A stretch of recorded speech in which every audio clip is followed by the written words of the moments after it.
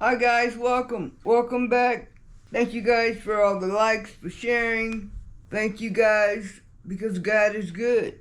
July 1st, 1996. I wake up at Eddie Waters Penitentiary, and it had to be my first day because in the first week I was assigned a bottom bunk, and I never had to be on a top bunk again the whole 6 years I was in prison because of the bullet in my back.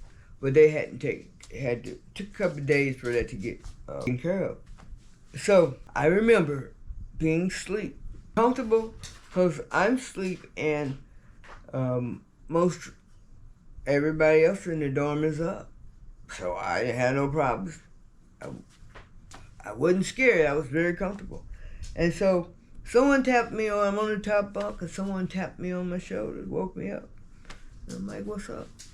And guys, now this is only day 2 that I'm actually in the prison. I've been at the jail. I've been fed every day, plus I've had plenty of money. I had plenty of money when I first got there. So someone taps me on my shoulder. And when that girl had her hands like this, and in it was this, I don't know how to describe it, but it was the most beautiful thing I ever seen. It looked better than any Denny layout that you could find. It was over easy eggs, bacon. It was the galore wrapped up in them here. It was fit for the warden. That tray, that plate that this person was trying to give me. And I sat up and I looked at it, and I looked all around, and nobody else didn't have one of those, and I seen a couple girls. I'm like, I'll take it. And so I'm like, no, you tell whoever sent that, I don't want it. I wanted it. I want you guys to know that. But, first day in prison, I don't want anybody to come talking about I own them. You know what I'm saying? I don't have to sleep with somebody for an egg sandwich. You know what I mean? So I said no. So that was breakfast. I get out, I mingle. I know not one person in that prison, but I mingle with some girls in my dorm. And we had lunch together. We went to the mess hall and had lunch together. Now, I don't know if that's the correct word. It might be in the military. But anyways, we had lunch together. Things were fine. Now, I've been in the dorm, hung outside the dorm, didn't really venture the yard and get to know or anything that day. I stayed close to what I knew. I stayed close to my bunk. And a couple of girls, one that I really lasted a hold of, and she was older than me, and I knew that she was telling me good shit. So that was lunch. But then came dinner time.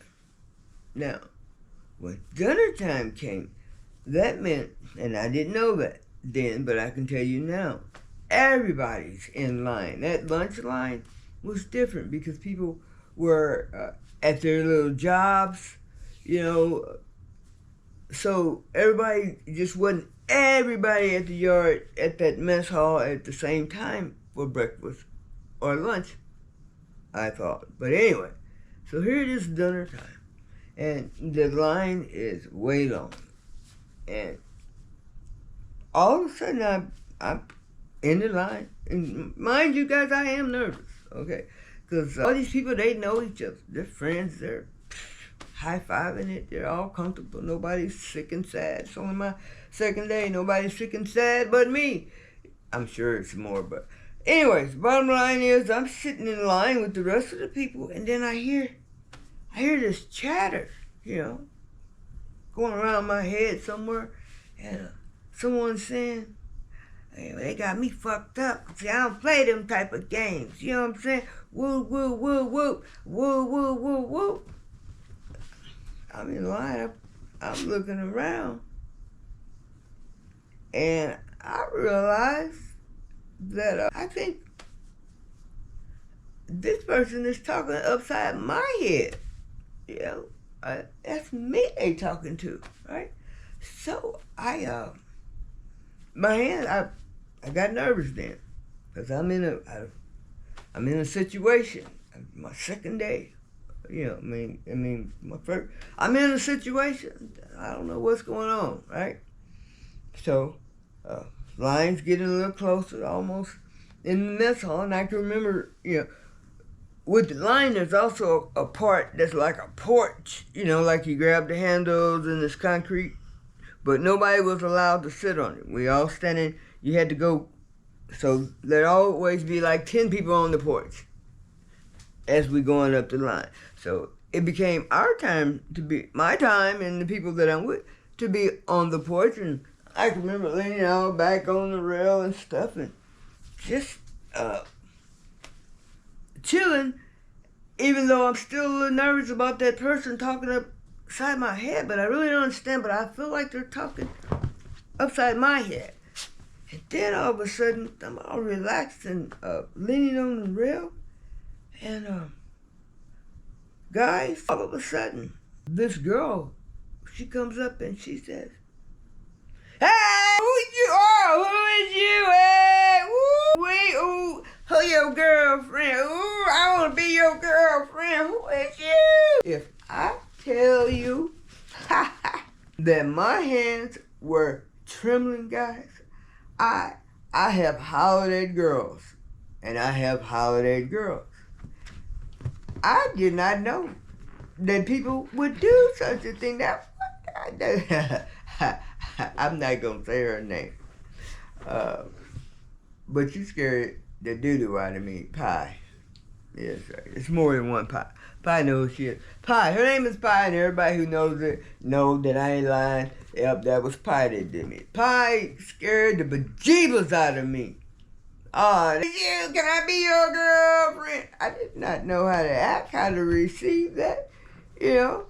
So we get in the Pie get through shaking me up. A chatter comes back, and that's my girl, and ain't nobody gonna be talking to my girl. I still feel like the chatter is to me, you know. So now we get in there and we get to this mess hall, guys, and I seen the girl jump up and scream because they said it was a rat over there. I could see the roaches. I'm gonna tell you now, people always say, sit down and eat. I can stand there and eat a 4-course meal in less than 2 minutes. I've learned that. I was there for 6 years, and for me, if you want to eat as hungry as I am, if you want to eat, you better eat quick, because if I see a roach and a rat, I ain't going to be able to eat. And on that first day, I was too shook up anyways, hands shaking, Pie done shook me up, and somebody's chattering in my ear. So when the girl screamed about the rat and I seen the roaches, I just got up. So I go to find the chatter person. I need to find the chatter person. So I go find Lonely. That was her name. Her name is Lonely. I go find my friend Lonely. At the time, she was my friend. I go find Lonely. And I say, "Hey, man, you talking to me? You know, what's up? What's going on?" "Oh, no, man, that's my girl. She always woo, woo, woo, woo, woo, woo." So I'm like, "Well, who's your girl?" You know, and she even told me her name. And when I seen her flat booty ass girlfriend, I still want to hit Lonely in the eye. Saw that doggone chatter about that girl with that damn disease, no acetol, coming to me like that. And that was it, you know.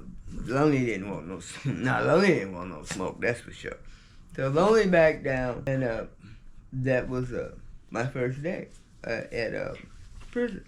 Yeah, scared the bejeebus out of me. But all the time that I was in prison, I wasn't scared like someone was gonna beat you up or harm you, or anything like that. Okay. I didn't want to lose my train of thought, guys. But I wasn't scared in prison of anyone harming you. And like I tell you guys, when I tell my stories, they're all true, and they're the way I remember them. And when I tell you that first of all, when I tell you I'm tired of this little dog, I'm telling you the truth too. Now, when I was in prison, they have a rule in prison. And the rule is, if you fight, you go to the hole. 2 people fight, 2 people go to hole. Ain't nothing to talk about, that's the way it is. Can't fight yourself. 2 people fight, 2 people go to hole. I've been to the hole 5 times, and only 1 time did I go to the hole with someone else. And I can't think of her name right this second. And that's because the yard was just opening, and one of my little friends ran up to me and said, "Hey, Don, let's go smoke this joint." And I said, "Okay." And we went and smoked the joint. And I didn't even smoke weed. I didn't even my thing. The stupidest thing I ever did. And 5 o'clock in the morning, they woke us up because whoever we smoked it in front of, I'm sure they were glad to go run and tell it whoever did. And they did, and they took me and almost had her name, but they took us both to the hole. I went to the hole. That's 2 people on that one occasion. But in every fight that I've had in prison, only I went to the hole. Now, I mentioned these fights, and I won every fight I have. Sure did, won every fight. And I'll tell you why. Not because I'm a badass and I love the box, because I do, you know. But I won every fight because I'm a scary MF. That's right. A scared person will F you up. If you don't know it, you better ask somebody. And I was scared. You know what I mean? I really was. And if you make me think that you got a shot in whooping my butt, it's on and popping. If I know in all my heart that I can whoop you, I'm not even gonna fight you. I'm not into bullying you. But scare me in the least bit, and it's on. And obviously, I was scared 3 or 4 times because it was on. Nobody went to the hole. My best buddy was my last fight, and I sure hated to do it to her, but I had to. She didn't go to the hole with me. You know. So I say this because I'm still trying to get to this one subject, and that is fear, guys. Fear. Fear has dictated a lot of things in my life. Fear is fake. You know that? It's a liar. Fear is, it can be real, but it can be invisible. I don't know how to explain it or how to say it. Yeah. But fear will scare you, will make you lie to yourself. It sure will. It'll make you second guess every moment of your life. And not only did the preacher talk about fear today, because I've been thinking about this subject for the last few days, yeah. But I was trying to see how I can tie in, fear with faith, and I believe that's just what he said at the in church today. If you let go of fear, you can grab a hold of faith, you know. And with my cancer, guys, I'm telling you, my daughters both was telling me that I was running everybody away. And I was so angry. This is the second time this year in this last 6 months, all since Thanksgiving, Christmas, all this time. I was so angry, not, because it's scary. It's a scary freaking place when you've got an oncologist telling you for the last 10 years, if the cancer spreads to your toenail, Dawn, you die. I understand that, and we're not supposed to believe that, and only God has to say so, But it's a roller coaster ride. It's a real one. And those days that I I stand on faith, I don't know what the stand on business, they make up all kinds of shit. But when I stand on faith, those are awesome days. And I can swing from a tree. You know what I mean? I could skip. I can do it all. You know, on those days when my faith is strong. But that's on those days. It's the midnight hours, man. It's the midnight hours that God, I wish I could go back 20 years. I would. I'd change a million things. But what do we do, guys? What do we do to not find ourselves in a predicament I'm in? Did you not? Okay. What do they say? If you want to make God laugh, tell him all your plans. And the man on the thing they've been talking about Diddy all week, but one man says devil's got a plot and God's got a plan. I like that, you know, but I'm trying to turn all this fear that I have in the midnight hours into unwavering faith, because I honestly, I did let go. I let go and I gave it to God. Cancer. And that made me feel so much better. Oh my God, it did. It took a weight off me. You guys just don't even know, you know. But I know my dad, his biggest favorite subject was faith, the grain of a mustard seed. My dad preached about faith, faith, faith. My mother one time, early in the morning before school, my mom went outside to go to work, came right back in the house. Levi! What, Ann? I'm tired of getting to work on faith. You got to put some gas in that car. I'll never forget that. But my mama got to work on faith every day. My dad ain't never had no gas in that car. Yeah. I thank God. I thank God for the fear that scared me so much. I had to get faith. You know, this whole whatever I'm having to go through. I mean, not just me, but a million other people in the world. But this whole sickness thing that we're having to go through, it's a cold thing, God. It's a cold thing. Here, I'm about to say it. And here's the cold thing. The cold thing is, okay, I'm surrounded by ministers, missionary, children of God, everybody. We all know the book. We all grasp the hold of the book. We listen, we pay attention. We did when we were younger, but we do more now because we hold on to his word because we need it, you know what I'm saying? So I'm holding on to the word, and I can take comfort in the words, and I know the words to be true. Okay, what I'm saying though is, but here's also the truth, and I do understand the power of words, and I understand it. I do, but I have this need to be able to just fucking say it the way it is. These motherfuckers say I'm gonna die. And that's what they're saying. You know? And I know everybody says, shh, don't say that. But I needed to fucking say that. When I call to the cancer center now, you know, it used to be, no, Don, you can't take that. You can't do this. You can't do that.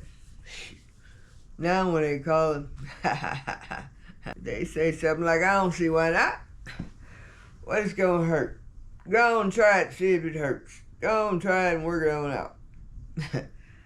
I've been asking them for 10 years to please give me something that will help me eat, that will give me an appetite.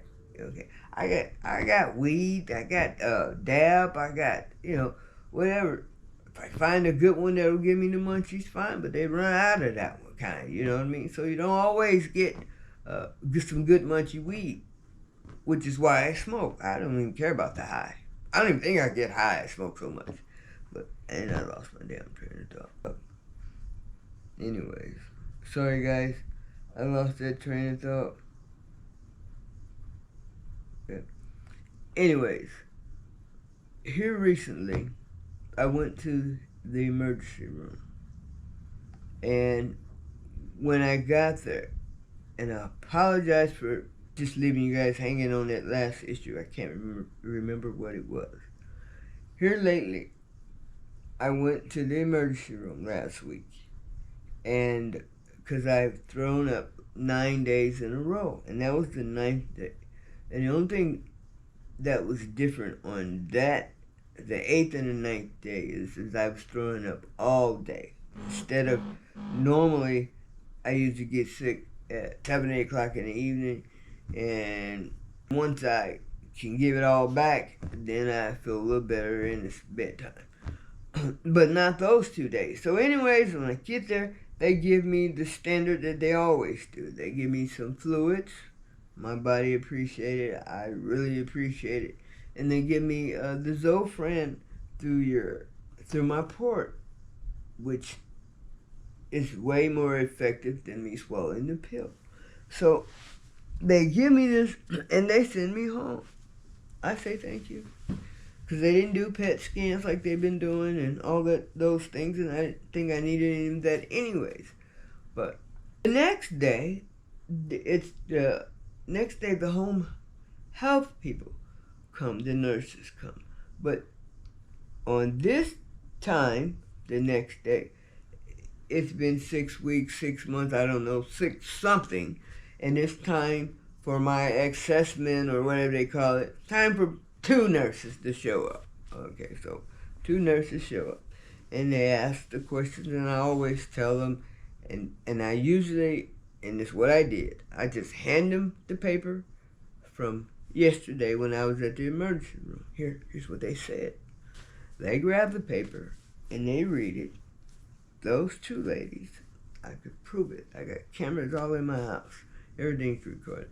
Those 2 ladies, one of the ladies read it, and she told me that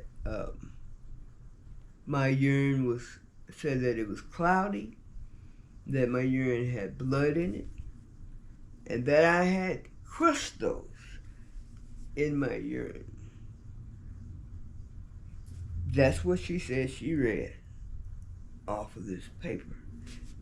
I even handed her my old phone, which I use it for my chart, which if I go to the doctor tomorrow, 30 minutes after I leave in there, I can look at my chart and see all of what she got to say. So I let them look at my chart, and they went even deeper into the visit to see what the doctors had said at the emergency room. And they still said, this means that you have gallstones. Oh my God, on top of everything else, I have gallstones. So I tried to get to the cancer center and call them all week, couldn't get to them. All that day, Friday, couldn't get to them. So all weekend, I'm stressing. I'm stressing bad. Thinking about gallstones on top of the rest of everything. So Monday, when I called the cancer center,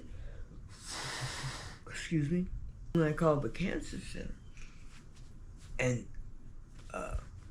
on this occasion, which never happens, I got my oncologist's #1 nurse, Phyllis. And I said, hey, Phyllis, they told me that, nurses said I got gallstones, blood in my urine. What are we going to do? Hold on, Dawn, let me take a look.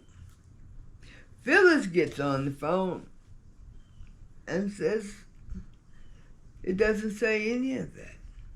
It doesn't say one word about a crystal. It does not say I have blood in my urine. It does say that my urine is cloudy. And that it's abnormal.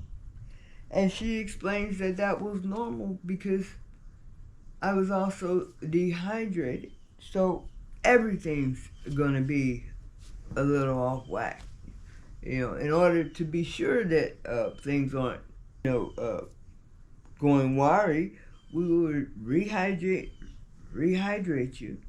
And then, like when you stay in the hospital at 4 o'clock in the morning, they're going to wake you up, take the blood. And then they can tell. I mention this, guys, because I'm often saying to us that we have to be vigilant about our health. They won't tell you things that are going on. And just like what happened on Friday, you can very easily get misinformed information, bad information. Those ladies, one of those ladies, that lady that was reading that paper, one that said she was a nurse, shame on her. Shame on her. And they keep trying, and that day, they keep trying to talk me into going to hospice. I've said it to you guys, just like jail in prison, this health is the business. Yeah, they want me to step it up, go on hospice so they can really charge, your Medicaid, your whoever. Well, I don't need to be in no damn hospice. Boy, trying to make, And I'm holding my tongue too, boy, because I got some words I want to say right now. But yeah, I don't need to be in hospice. But that's what they're trying to do. They actually had me on hospice about 6 months ago. And I went to the emergency room and I kept saying to the doctor that I was on hospice, and he kept saying, "But why? What makes you think you're on hospice?" These just two regular human beings off the street. You don't even have to have a education to do this home health thing that they're doing, trying to put me on hospice. So we just have to be aware, because they can, and they did. They had me scared. Fear is a liar. Fear is a lie. Fear is a no good for nothing, two-time and double-crossing MF. You know what I mean? But people will pump fear in you and use it like they did. Yeah. Use it for their benefits. Anyway, guys, that's all I'm going to say for today. I see my battery's going to cut out on me. Take care of yourselves. We'll talk real soon.